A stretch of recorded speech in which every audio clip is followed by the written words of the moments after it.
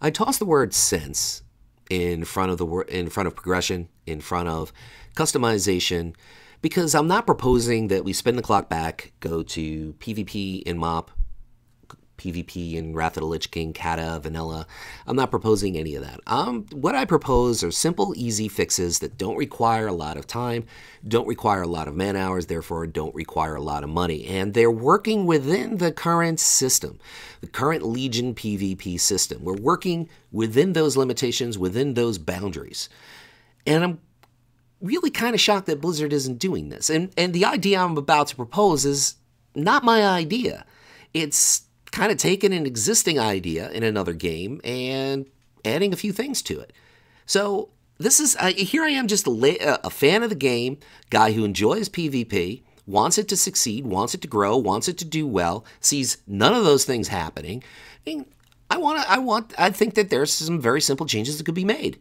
Because you have to understand, a lot of people fail to understand this. Maybe the old Blizzard before the merger did things based on what was fun, on what the fans and players wanted, but now it's 100% based on what is profitable. Make no mistake about that. And on a business level, you have to understand why Blizzard has not been putting a lot of money into World of Warcraft, whether it's the PvE side of the game, or especially, unquestionably, this is true for the PvP side of the game. They're not putting a lot of money into it because, let's be real here, this is a game engine that is 15 or 16 years old. You don't go back to the launch of the game in 2004. You got to go back to the alpha. That's how old this game engine is. That's about 15, 16 years. In dog years, it's well over 100. And let's put it in perspective. Let's say you have a car that's about 15 years old and the book value is $1,000. And it gets you to work and it gets you to do what you need to do, grocery shopping, maybe an occasional, 2-hour drive somewhere to see your grandmother, whatever it might be. And suddenly the transmission goes. And to fix the transmission, it's going to cost you $2,500. So now you're faced with the dilemma. Do you want to put $2,500 into a car that's worth $1,000? Or do you want to go out and buy an old car for $1,500? Or do you want to bite the bullet and step up and buy a new car? This is the dilemma that Blizzard has been facing, but I want people to understand why Blizzard doesn't necessarily have a problem-solving mentality as much as they have a problem-appeasing mentality, which is in lines of what I'm proposing here. So let's take a look at why Blizzard made the change to Legion PvP. Why did Blizzard go with normalized gear? Well, they did it for 3 different reasons. There's not one single reason why they did this. The first is PvP has always had a barrier to entry.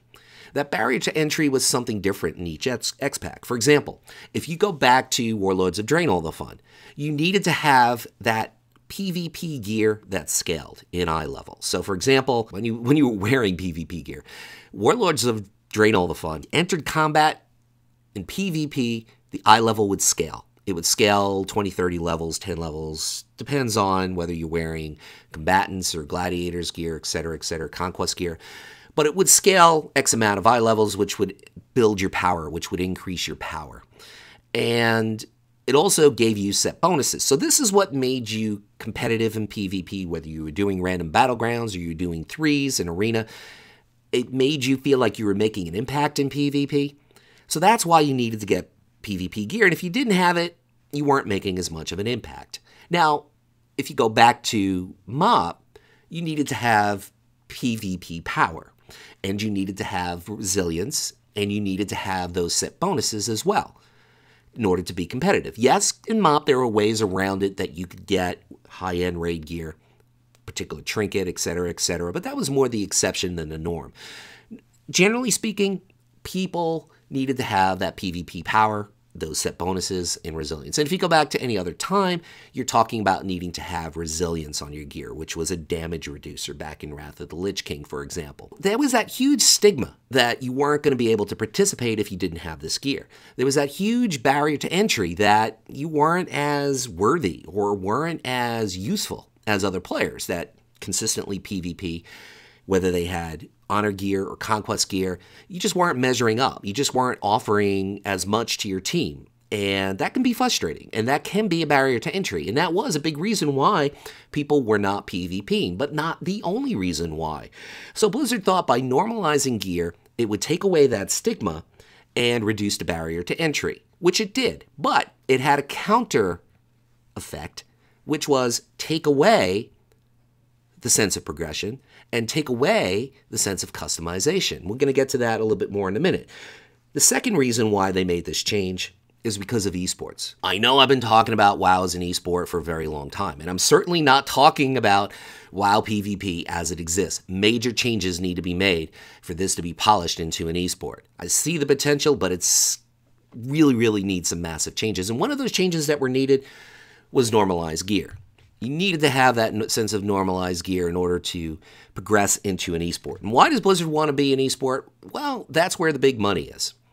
Because Blizzard can make money with people with eyeballs, advertising dollars for watching tournaments. They could easily do that. That's another way of bringing in revenue. And quite frankly, once you have that system in place, once you have that mechanism and foundation in place, it's like an ATM that only takes out money. And that mechanism and system is already in place. So now Blizzard is just trying to rake in the cash, and they're not necessarily doing that. That's why you saw the Mythic Dungeon Invitational pop up and do extraordinarily well. And that's why a lot of the changes that Blizzard is making in PvP are being made because of that addition of the Mythic Dungeon Invitational, and it translates well into PvP. So that does work well for PvP. But the point is, make money from tournaments, from sponsors, from advertisers. You see Bajira and you see Venruki, and you see the two of them in the room, and they're talking about things and going over things. And in the back, you see some kind of advertising or billboard for a sports drink. People pay money for that. And that's what Blizzard's hoping to do. And it's a great way, not only to make money from advertisers, but it's a great way to gain exposure in the game. And exposure in the game means a lot.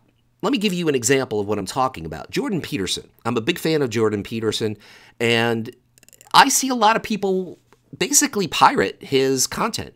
They take it off his website, they take it off of other people's websites that have done interviews with him, and they don't offer any commentary, they don't offer any criticism, they don't add any sound effects or any visuals or anything. They just kind of, hey, they steal it.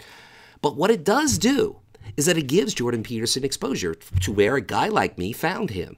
And then I found other videos, etc. And eventually, I turned around and I bought his book. That's what happens when you create a lot of excitement with esports.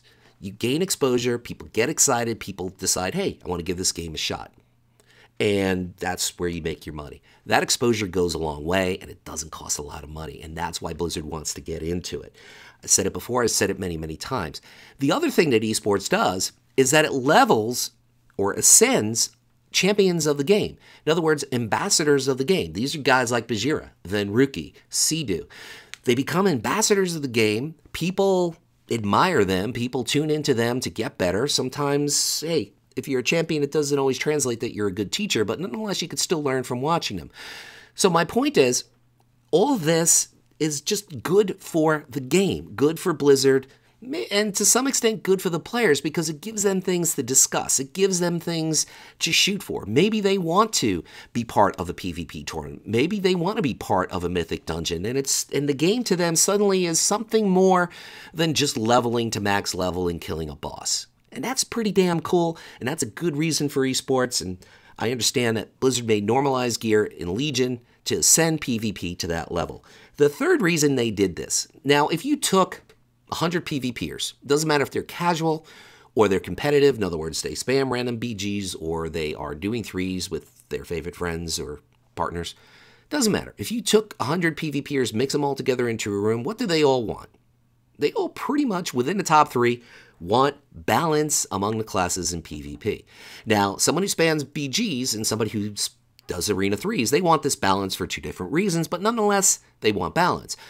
Guy who spams random battlegrounds, he wants balance so he can make an impact on the team. In other words, he can do pretty well in a 1v1 and a 1v2 consistently. And he wants to be able to make an impact. He wants to be able to step in and be an asset to his 10-man, 15-man team.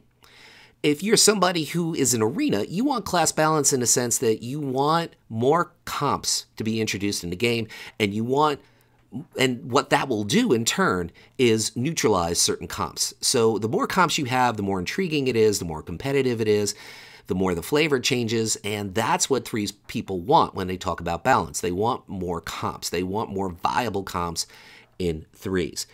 But The problem with the Legion PvP system is that it stripped away a lot of the sense of progression, and it stripped away a lot of the sense of customization in the game.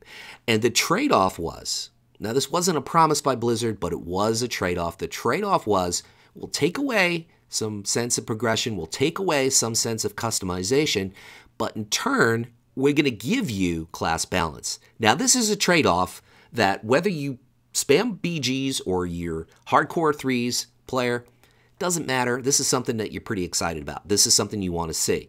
And the template gives you the mechanism, the PvP template gives you the mechanism to do that. But the reality is, I can make a strong argument that we've had better balance at the end of WoD, and we had better balance at the end of MoP, and we had better balance at the end of Wrath of the Lich King than we currently do right now. Class balance does not exist. I'm not saying the game has to be perfectly balanced, but let's have a semblance of balance, more so than a semblance of chaos. The majority of players are pissed off because we sacrificed and did away with progression and customization for the sake of balance, and balance does not fucking exist. That's why players are pissed off who are PvPers. And I have a way of bringing this back. Here's what needs to be done. And this isn't my idea. This is essentially what's done in Guild Wars 2. And don't make no mistake, Guild Wars 2 has its problems with PvP. You could literally die in 2 seconds if you're not paying attention to somebody who sneaks up behind you and globals you. You could literally go down in 2 seconds, where in WoW, you ever be in those situations where there are 3 or 4 players DPSing you down, but you could hang in there for, say, 3, 4, 5 seconds? That does not happen in... That does not happen in Guild Wars 2 PvP. It's fast-paced, and you could go down. In that situation, you're deleted when it comes to 3 or 4 players focusing you down. You are literally deleted in a matter of a second. You could get deleted by a single player in a matter of 2 seconds. So it's not without its problems. But one thing that Guild Wars 2 does, they have a way of implementing some customization into the game, even though they're working with existing PvP templates. So, for example, the way it would work in WoW is you would attach this customization to your 2 trinkets, for example. And those trinkets would provide you, if you had those 2 trinkets, they would provide you with set bonuses, and they would also provide you with particular stat boosts. So, for example, this stat boost would be a secondary stat boost. So you could have 2 trinkets that stack haste. You could have 2 trinkets that stack mastery, 2 trinkets that stack crit, or versatility. Or you could even throw leech in there. You could throw resilience in there. I don't know exactly. It would have to truly be tested in battle for me to figure out what stats you could actually use. But this is just for conversation's sake. You would add, say, anywhere from 3 to 5 different stats that you could stack plus set bonuses and attach it to the trinkets. Now, the beauty of this is that everybody has the same choice of stacking whatever it is they want, and they choose from that same pool. So it's not like a Shadow Priest is going to be able to stack haste and a mage or a frost mage can't stack crit. Everybody has the same choices from that pool. So this brings back some customization. This brings back a little bit of a sense of progression because you could attach it to the existing prestige system. And I think overall, let's be real here. The game is not balanced as it is with the templates. So why not add some customization? And if a haste-based Shadow Priest in PvP is really that overpowered, Blizzard will know pretty quick and they could adjust the template. And the same could be said about a crit-based warlock, demo warlock, or whatever it might be. That's what the templates are for. That's what their function is supposed to be. So I don't understand why they can't add this sense of progression back into the game. I don't get it. It's not really going to boost you a significant amount, but it's going to give you that sense of progression. It's going to give you that sense of customization. I don't get it. This works completely within bounds and completely within the rules of the existing system, but it's not there. It's not there for whatever reason. Blizzard's going to insist that this is the template, this is what you play with. Okay, whatever.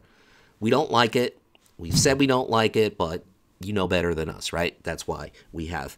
And the fact is, this argument doesn't exist if we haven't had a massive decline in participation in PvP. This is 100% evident. There is no art. This is not an opinion. This is a fact. Take a look at Arena Junkies. Take a look at Skill, I forgot the name of it, but Skill Capped. Take a look at those websites. Go on there and take a look at the class guides, okay? Those guides are 1.5 to 2 years old. And these are supposed to be the leaders of PvP. They even lost interest. Go on the forums of Arena Junkies. Go on the forums of Skill Capped. It's a ghost town. There are people typing in the forums. Where is everybody? How come nobody talks? People used to talk. Blah, blah. You could see that. I did a video about 9 months ago where I talked about the fact that there was more buzz and more interest in a thread about why Anduin Rin is not dating anyone. There was more interest in that thread than there was with anything to do with PvP going back to Wrath of the Lich King. These are facts. Participation is down 75% from the same period in WoD. This is based on a multiplier of gladiators and rank 1 titles given out. You just do the math. Down 75% from WoD. And guess what? WoD was down from MOP. And those numbers are so bad, Blizzard doesn't even want to report them anymore. As far as its sub numbers. I don't have an argument. My complaints are invalid if this did not exist. I've seen massive declines in my views for WoW PvP videos. If you go back to Warlords of Drain All the Fun, on average, a guy who had less than 10,000 subs back then, maybe 7,000 or 8,000, okay? And I was getting anywhere from 6,000 to 8,000 views on PvP videos. Didn't matter if I was playing a Shadow Priest or I was playing my Hunter or I was just randomly healing in Arena on some class. It didn't matter. 6,000 to 8,000 views for a guy that had 7,000 or 8,000 subs. That was really good. Now, I'm lucky I get 800 views. And I'm doing nothing different. I have not changed. My production value, if anything, has gone up. There's a massive, massive decline going on here. And I'm proposing a way that we could add back a sense of progression into the game. And this is doable and Blizzard won't do it. And a sense of customization. And I'll go a step further with the prestige system here. I don't get it. I just don't get the prestige system because if you think about it, it was initially designed that once you prestige to level 50 something, you would wipe out your talents across the board. Everything be deleted, and you'd step up a prestige level, right? And you would have to regain your talents. Now, I wasn't even in the Legion beta because Blizzard hates me, and they hate videos like this because they're truth with facts. But the fact is, I wasn't even in the beta, and I saw that this was going to be problematic because if you're part of an RBG team or you're part of a threes team, you are gimping your team by deleting your talents. And it's not like you're getting a boost in damage with each prestige level, like say a 0.5% boost in damage or a full % boost in damage with each prestige level. Hey, that's not a bad idea either. But no, you just get prestige level 2. So Blizzard, they should have realized this even before they introduced it into the beta. It got through the beta, they still made it go live, and it took them 2 to 3 weeks to make the change. We could all thank the brilliance of Cartoons for this, for pointing this out. Could go check out his videos. He pats himself on the back that this was a good idea, even though I knew this was a bad idea for when they first introduced it, but whatever.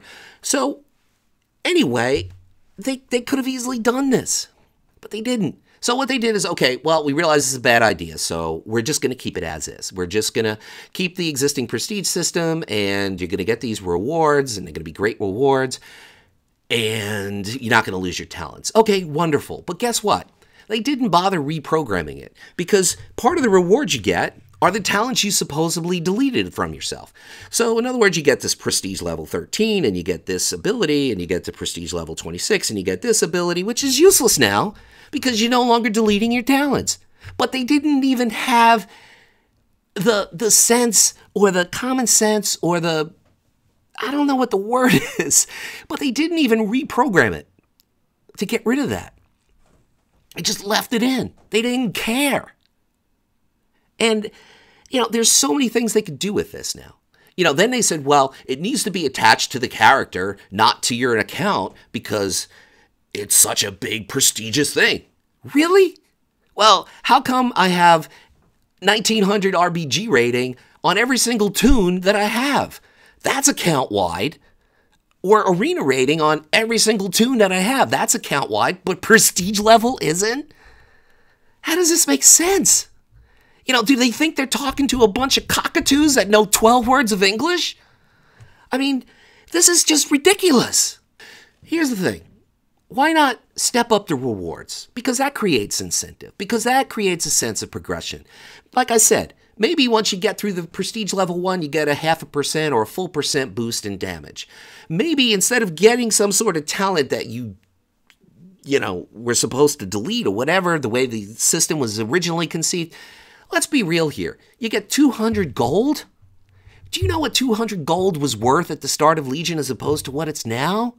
Go take a look at the WoW token at the start of Legion. It was selling for anywhere from 40 to 60,000 gold. You know what it's selling for now? 200,000 gold. So 200 gold when the token is selling for 50,000 gold is one thing. 200 gold when the token is selling for 200,000 gold, 4 times more, is less.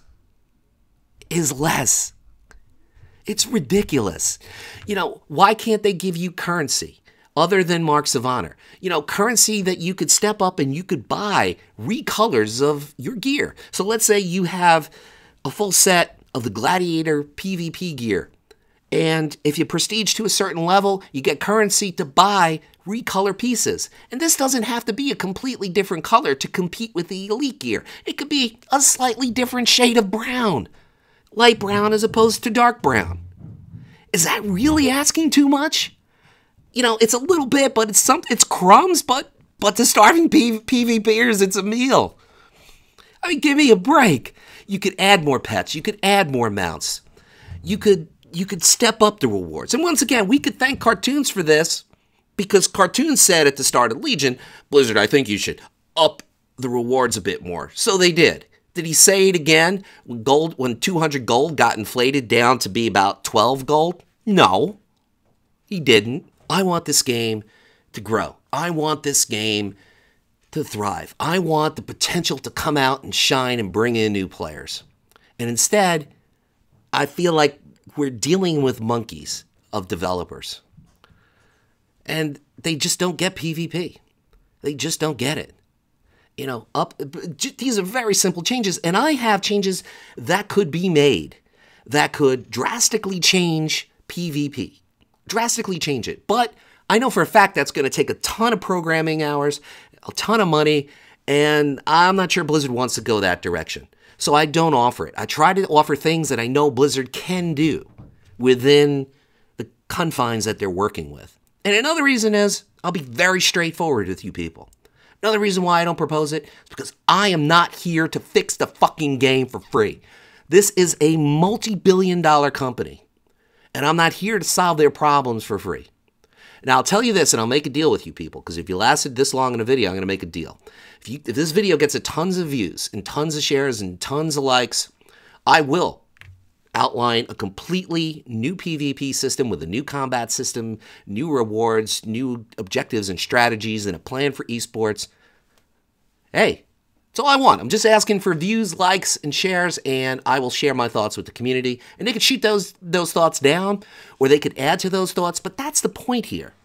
I'm not saying that I'm not, even though I said it, I don't necessarily mean it. It's not like I could solve these problems because I'm not a programmer. But I can point us in the right direction and have some discussion, and Blizzard isn't even fucking doing that when it comes to PvP. For God's sakes, Brian Holinka left Blizzard in June of last year. That's over 10 months ago. They still don't have a fucking replacement. How difficult do you think it is to come up with new ideas or to lead a charge when there's no fucking leader? Pretty damn hard. There's no leader. I mean, think about it. What is your job like without your boss? Probably a lot better. But for the company, no, it's not. For the customers, probably no, it's not. Generally speaking, more the norm than the exception, no, it's not. Bosses aren't necessarily there to brainstorm new ideas. What they're there for is to recognize good ideas and shoot down bad ideas. And Blizzard doesn't even have that with regard to PvP. So why am I going to believe that BFA is going to save or help WoW PvP? I honestly don't believe it is. Those are just my thoughts. Let me know your thoughts. You're allowed to disagree. It's free country. Just be respectful. This is Luxley saying, whatever it is by you, whether it's morning, afternoon, or night, make it epic.